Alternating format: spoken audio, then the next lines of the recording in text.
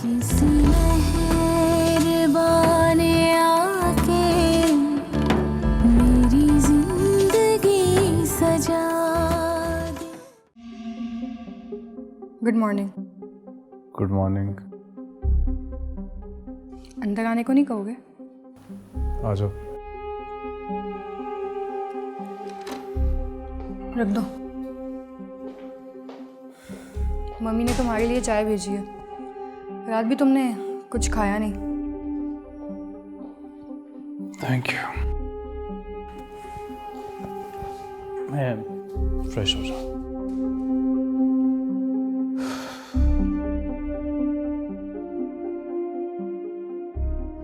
मैं आपके लिए चाय लेकर आती हूँ। Thank you. पी कर आई हूँ मैं चाय। लगता है तुम्हारी माँ ने तुम्हें जरा भी तमीज़ नहीं सिखाई। क्या मतलब? यही कि ससुराल में पहले दिन हमें ना सही कम से कम अपने शौहर को तो चाय बना कर दे सकती थी ना। खैर तुमसे गिला करने का भी कोई फ़ायदा नहीं है। तुम तो अपने आरजुओं की किरचियाँ समेट रही होगी ना। तुम्हें इस सब की फुर्सत कहाँ। और प्लीज़ ज़रा बाहर ढंग के कपड़े पहन के आना। बाहर इतने नौकर चाकर हैं, पता नहीं क्या सोचेंगे कि कहाँ से बहू उठा के ले आए हैं।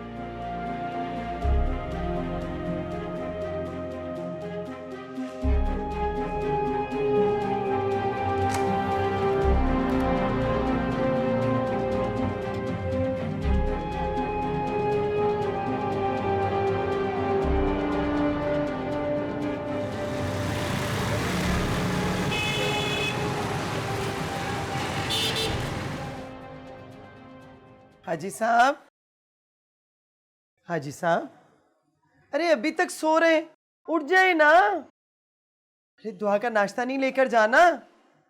कितनी देर हो गई, क्या सोचेंगे वो लोग। मैं जानती हूँ कि आप परेशान हैं। परेशान तो मैं भी हूँ, लेकिन एक बेटी के दुख में दूसरी बेटी की खुशियों को नजरअंदाज नहीं कर सकते हम। चलें अब जल्दी। अरे आपको तो तेज बुखार है हाजी साहब।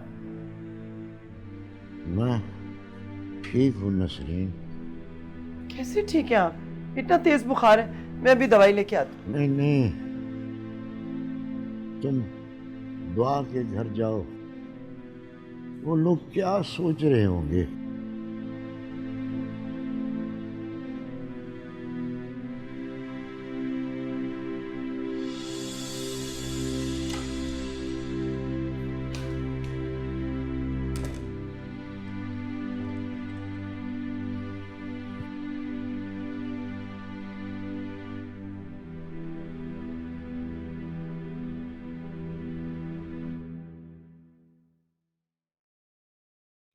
दुआ।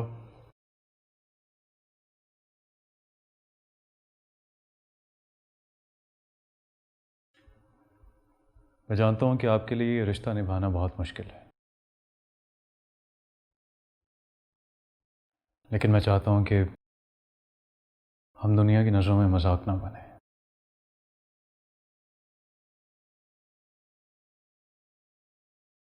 आप समझ रही हैं ना मैं क्या कहना चाह रहा हूं।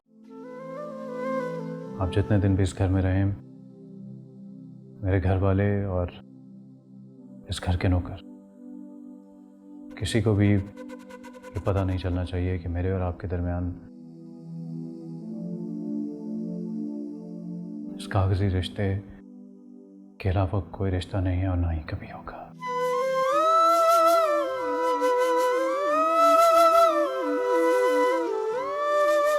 I hope you understand.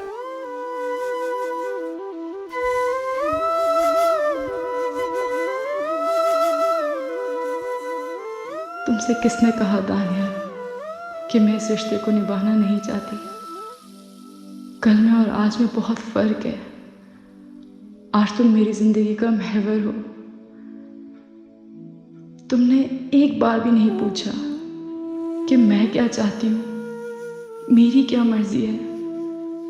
हाँ, मैं मानती हूँ कि कल तक मैं तुम्हारी ज़िंदगी में यूँ ज़बरदस्ती शामिल नहीं होना चाहती थी, लेकिन अब हम निकाह के मुक़द्दस बंधन में बन चुके हैं। अब तुम इस रिश्ते को कागजी कहो तो तुम्हारी मर्जी, लेकिन याद रखना दानियाल, मैं तुम पर यह साबित कर दूंगी कि दुनिया का सबसे मजबूत रिश्ता यही है।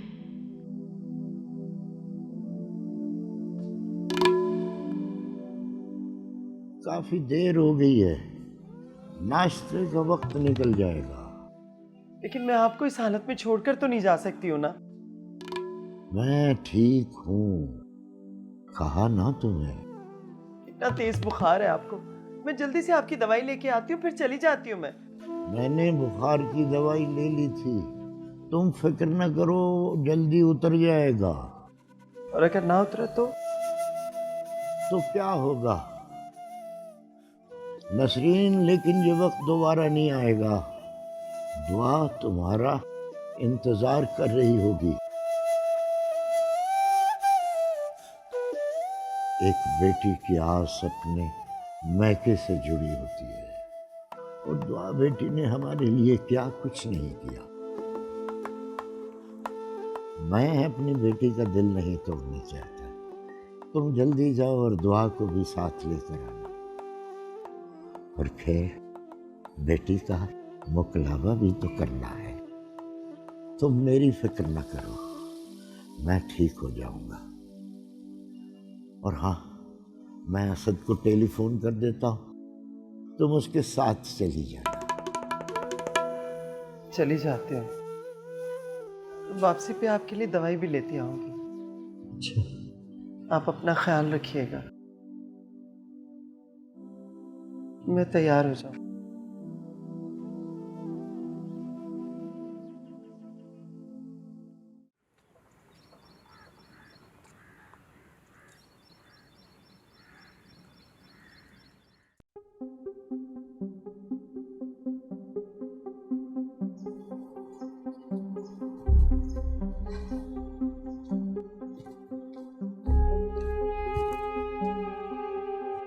हाँ, आ गई तुम। जी, उठा दिया दानियाल को? तो क्या हालात थे वहाँ? जैसा हमने सोचा था कुछ वैसे ही हाल थे। ठीक से बताओ ना। वो दानियाल सोफे पे सो रहा था और वो महारानी बेड पे। इसका मतलब है कि चीज़ें वैसी ही हो रही हैं जैसे हमने सोची थी। मुझे तो लगता है कि उससे कुछ ज़्यादा ही हो रही है। अच्छा बस बस, ज़्यादा एक्साइटेड होने की ज़रूरत नहीं है। क्यों? स्वीट हार्ट, इसलिए कि दानियाल अभी बहुत ज़्यादा स्ट्रेस में है। तुम्हें इतना ज़्यादा एक्साइटेड देखेगा तो उसे शक हो जाएगा, किसी को भी शक हो सकता है।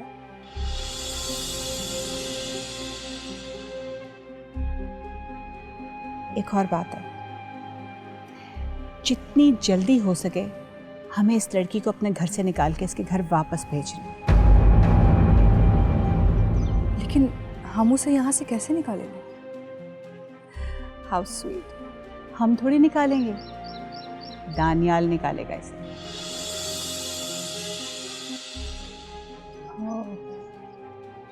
हमें तो बस ऐसे हालात पैदा करने हैं कि उसे कल का निकालता आज निकाले। एक बात कहूँ, बोलो। ये दुआ मुझे बहुत चालाक लगती है। अच्छा, मुझे तो बहुत भोली भाली सी लगती है। आप नहीं समझते, उसकी खामोशी बातें करती है और आंखें बोलती हैं। I don't think so, but anyway, अव्वल तो ये कि मुझे ऐसा कुछ फील नहीं हो रहा जो कुछ तुम कह रही हो, और दूसरी बात ये कि अगर ऐसा है भी तो वो इस्मत बेगम का तो मुकाबला नहीं कर सकती।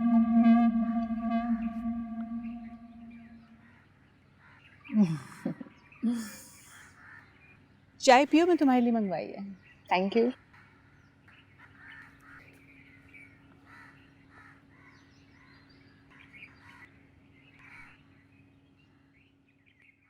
मामा कहाँ पर है? जी, वो लॉन्च में। अच्छा, चलो मेरी चाय फिर वहीं पर भिजवा दें, ठीक है?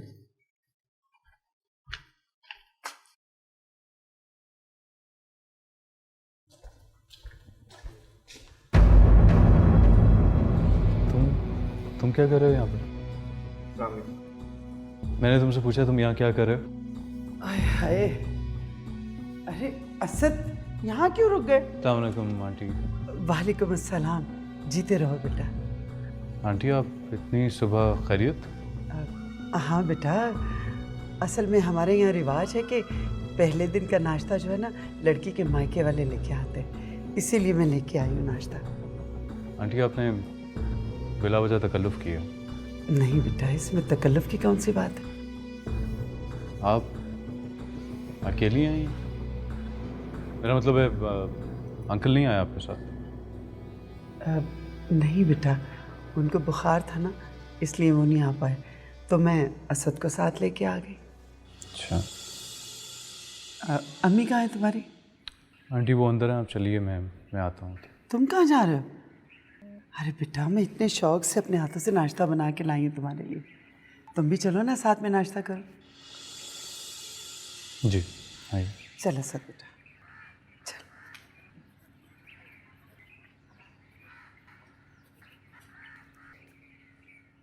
अरे दानियाल बेटा, कब से हम तुम्हारा इंतज़ार कर रहे थे। अस्सलाम वालेकुम बहन जी। वालेकुम सलाम। आप इतनी अचानक? अब मैं जी ये नाश्ता लेके आई थी। नाश्ता? हमारे घर क्या नाश्ता नहीं बनता? तब मैं आराम से बात करूँ। नहीं बेटा, ऐसी कोई बात नहीं। असल में पहला नाश्ता जो है ना वो लड़की के मायके वालों की तरफ से होता है, इसीलिए मैं ले आई। लुबना, ये अपनी बेटी के लिए नाश्ता लेकर आई हूँ। अरे नहीं नहीं बहन जी, कैसी बातें कर रही हैं आप सबके लिए है ये नाश्ता। नहीं थैंक यू, ये नाश्ता आप अपनी बेटी को दें, हम ऐसा नाश्ता नहीं करते। मामा पहली दफ़ा आए हैं, कुछ चाय वगैरह तो पूछ लो। तुम मामा को क्यों कह रहे हो? अगर तुम्हें इतनी ही फिक्र है तो खुद ही पूछ लो ना। नहीं बेटा, इसकी कोई ज़रूरत नहीं। भाई मेरे तो सर में बहुत दर्द हो रहा है, मैं किसी को एंटरटेन करने के मूड में नहीं। असल में गलती मेरी है, बिन बताए मैं चली आई ना, मुझे बता के आना चाहिए था। माफ़ी चाहती हूँ बहन जी। बेटा वो दुआ कहाँ है? आंटी वो अपने कमरे में है। मैं मिल सकती हूँ उससे? बिल्कुल आप मिल सकती हैं, मैं मुलाजिम से कहता हूँ आपको कमरे में ले जाए। आइए। आओ।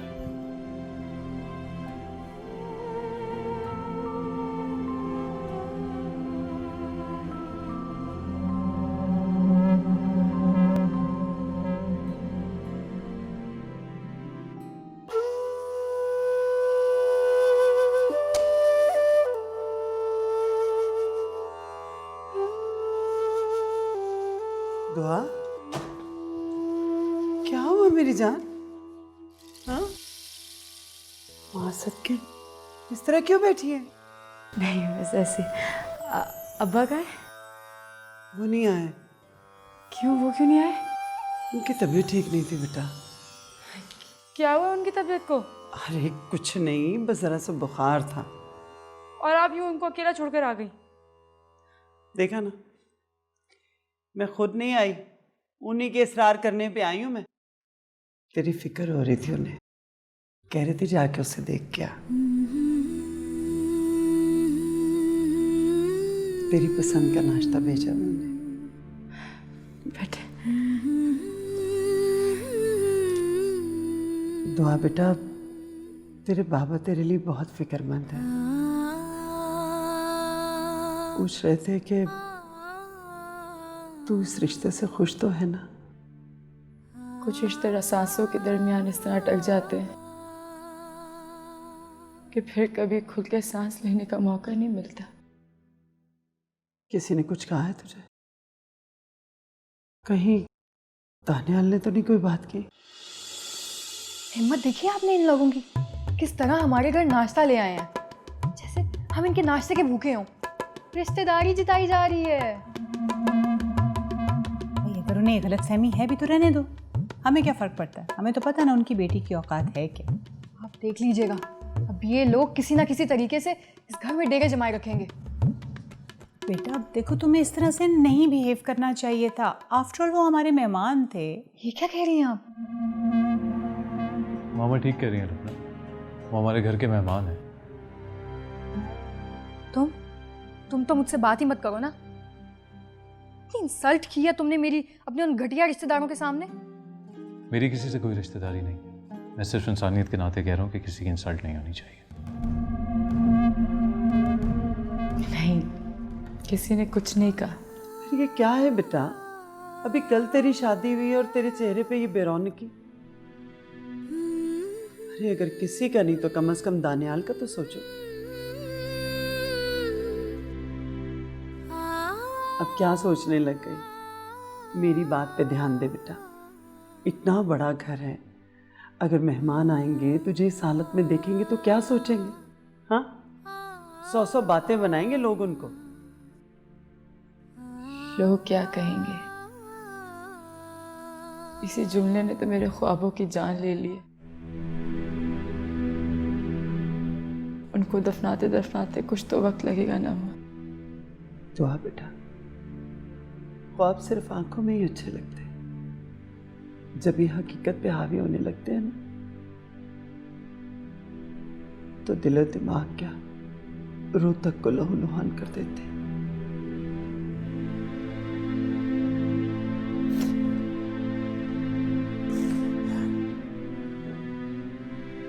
अरे भाई रो आप लोग ने, रोना तो मुझे चाहिए। भला क्यों? वो इसलिए कि मैं इतनी देर से तुम्हारे घर आया और अब तक किसी ने पानी का भी नहीं पूछा। मैं लेकर आती हूँ, आप बैठे। बैठ यार शैतान।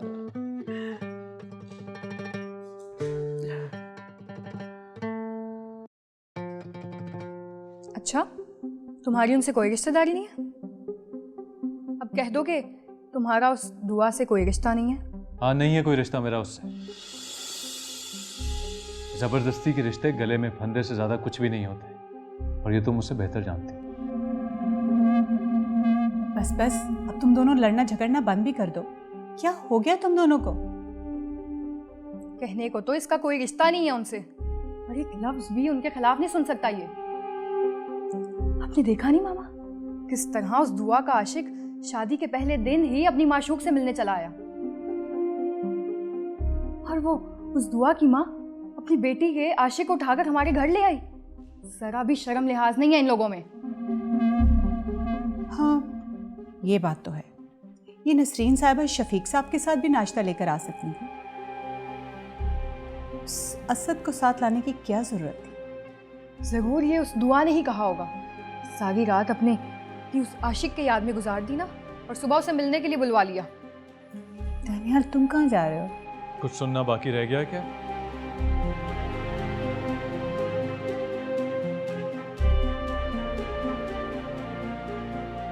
बेचारा दानियाल पल पल जिएगा और पल पल मरेगा।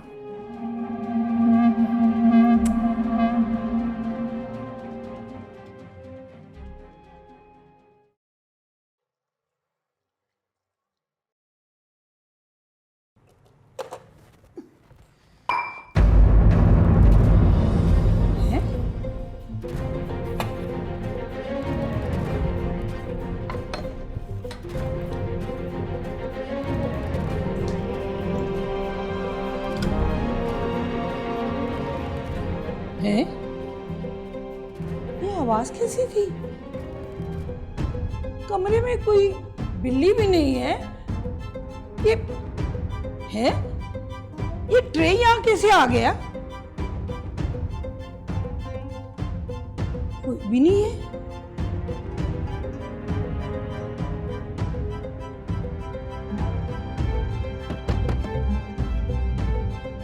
इस वक्त कौन आ गया है?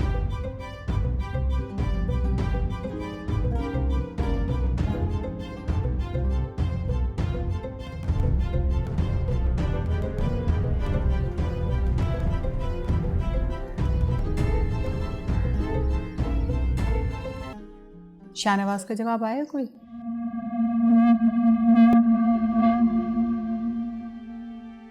आप यहाँ खैरियत से? जी खैर, बैठे आप लोग।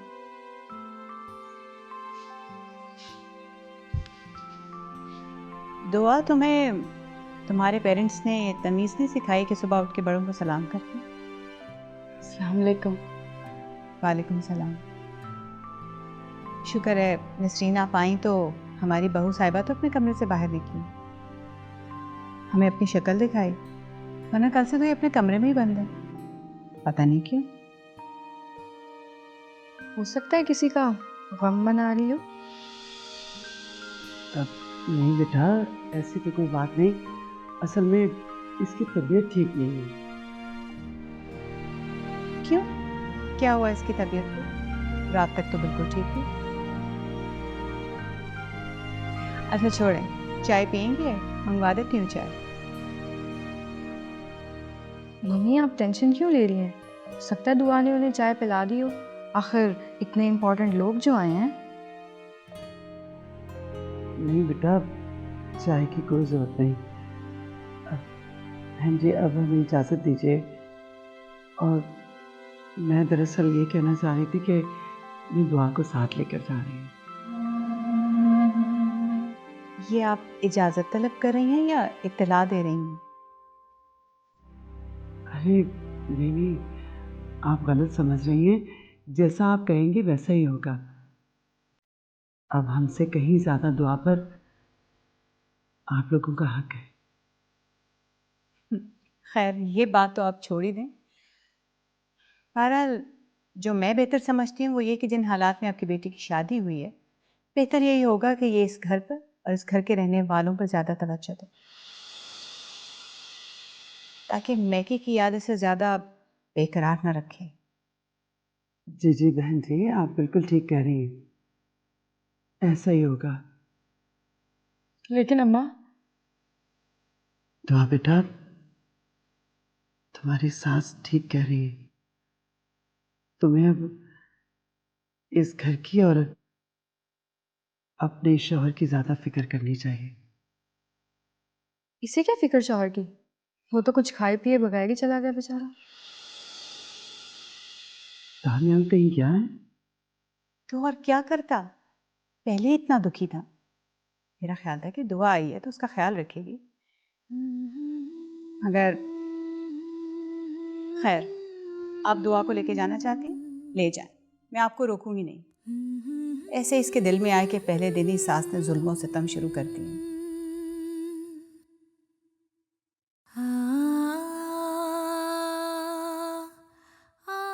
बहन जी आप कैसी बातें कर रही हैं? दुआ कहीं नहीं जाएगी, दुआ अब यहीं पे रहेगी।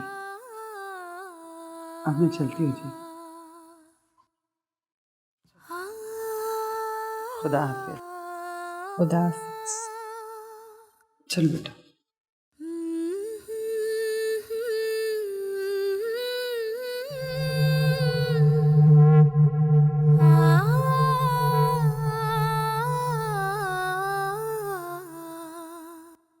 रफीक बेटा, तुम और वो भी इस वक्त?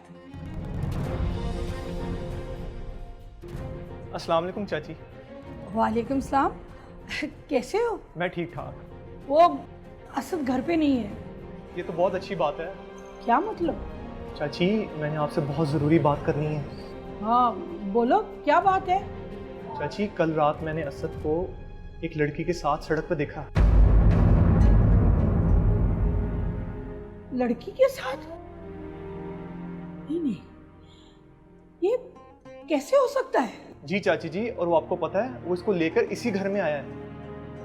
नहीं रफीक, मेरा असद ऐसा नहीं कर सकता।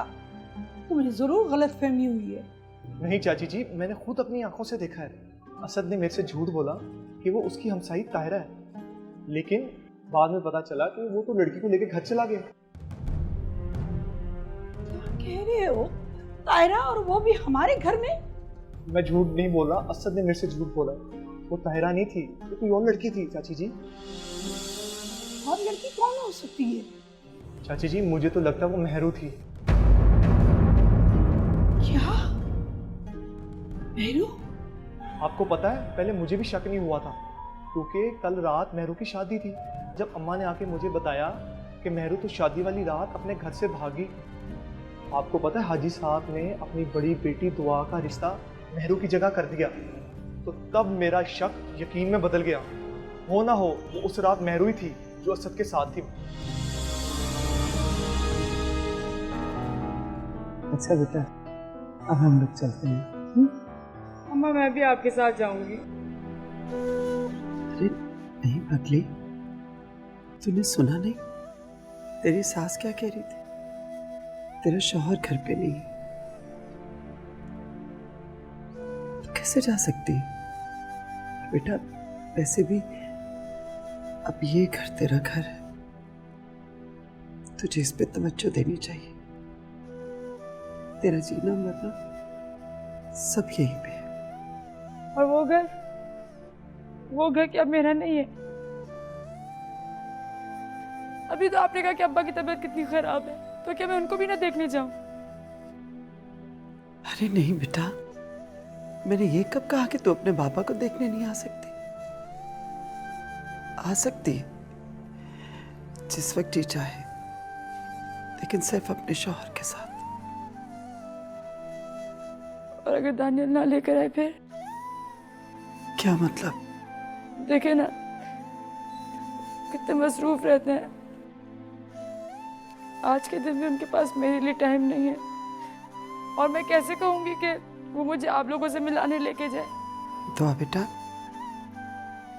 वो तेरा खामिद है, तेरी जिंदगी का साथी, तेरा हमसफर। उससे भला कैसी शर्म? तू उससे कहना, वो तुझे जरूर मिलवाने के लिए ले आएगा। दरअसल मैं नहीं चाहती कि हमारी वजह से तेरी जिंदगी में कोई और परेशानी आए, कोई मसला बने। अम्मा, मसला तब खड़ा होगा ना जब हमारे बीच में कुछ होगा।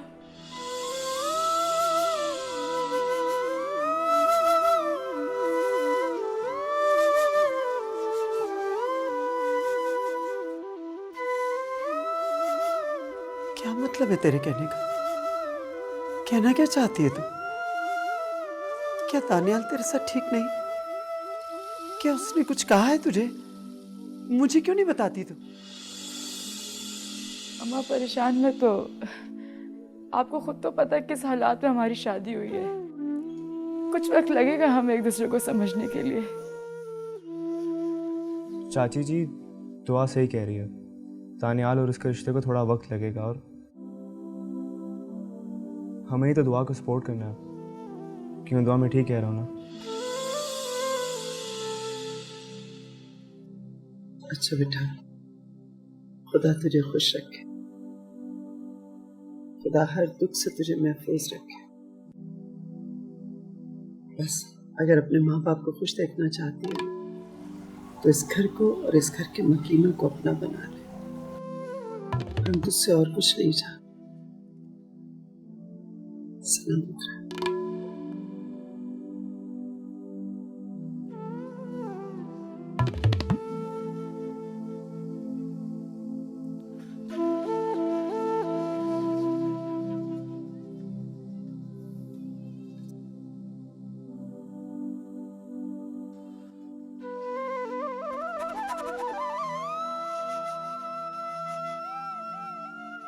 अम्मा मैं आपको क्या बताऊं, दानियल और मैं नदी के वो दो किनारे हैं जो साथ साथ चलते तो हैं लेकिन कभी मिल नहीं पाते।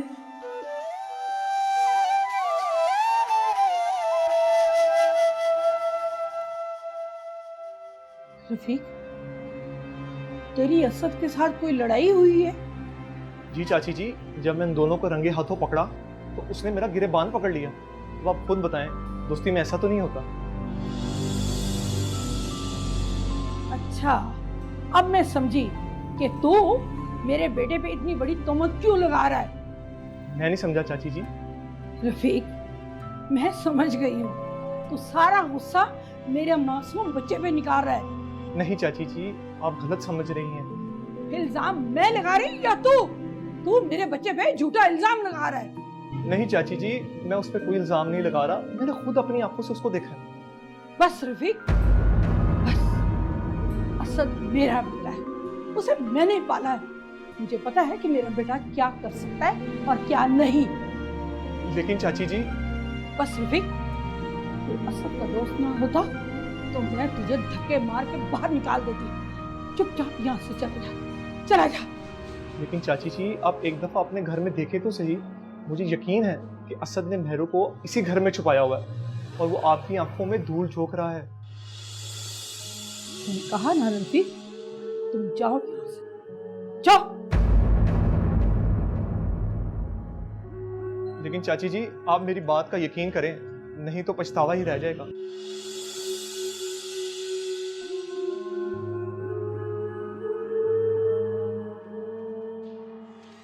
कहीं रफीक सच तो नहीं कह रहा था? रात को बार बार असद का स्टोर में जाना, फिर असद के कमरे से ग्लास टूटने की आवाज़ आना, कहीं वाकई मेरू हमारे घर में तो नहीं है?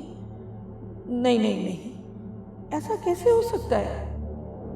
असद इतना बड़ा कदम नहीं उठा सकता। और ये रफीक, ये क्यों झूठ बोल रहा था? शायद असद से लड़ा था उस बात पर। हाँ, यही बात हुई है। मैं ऐसे ही अपने बच्चे पे शक कर रही हूँ। मुझे बताए बगैर वो कुछ नहीं कर सकता।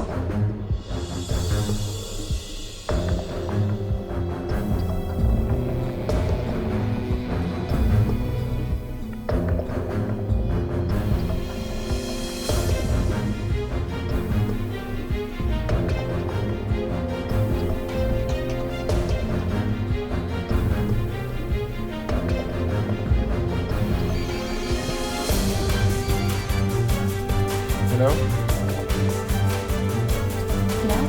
कैसे हो? तुम्हारा फोन भी बंद आ रहा था। वो शाहनवाज चार्जिंग खत्म हो गई थी इस वजह से। ऐसे क्यों बोल रहे हो? कोई बात है? शाहनवाज, आपको पता तो है कि मैंने अपने कज़न के घर में पनाह ली हुई है। अगर ताईजान ने देख लिया तो शामत आ जाएगी मेरी। मैंने तुम्हें पहले भी कहा था, क्यों किसी के घर में रह रही हो तुम? हाँ, नहीं तो क्या करूँ? कहाँ पे जाऊँ मैं? हाँ, आप तो मुझे हराम के रहमो करम पे छोड़ कर चले गए। अगर असद मेरा साथ ना देता तो मैं क्या करती, कहाँ जाती? असद? कौन असद? असद मेरा कज़न। हेलो शाहनवाज, अब आप खामोश क्यों गए? एक तो सारा कसूर आपका है, ऊपर से फिर से मुंह बना के बैठ गए हैं। जाए, मैं भी नहीं बात करती आपसे। अरे नाराज तो ना हो। नहीं तो फिर क्या करूं मैं? हाँ, आपको क्या पता इतना मुश्किल वक्त गुजारा है मैंने। अच्छा बाबा, मैं जैसे ही वापस आऊंगा मैं वादा करूंगा सारी मुश्किलात खत्म हो गई। वो तो ठीक है, लेकिन शाहनवाज, अगर आपके आने से पहले मेरे यहाँ पे मौजूद होने का किसी को पता लग गया तो क्या होगा मेरे साथ? मैं नहीं जानती। अच्छा, अब छोड़ो इन बातों को। मैंने तुमसे ये बातें करने के लिए फोन नहीं किया। तो फिर किस लिए किया है फोन? अपनी प्यारी सी बीवी से प्यार भरी बातें करने के लिए किया।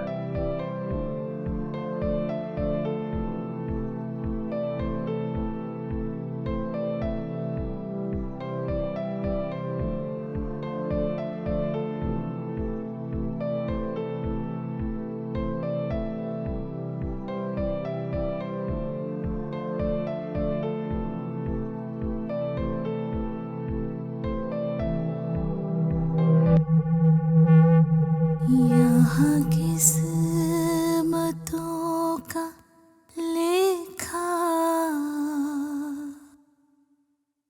हमें यूं पड़ा निभाना। किसी को भी ये पता नहीं चलना चाहिए कि मेरे और आपके दरमियान इस कागजी रिश्ते के अलावा कोई रिश्ता नहीं है और ना ही कभी होगा।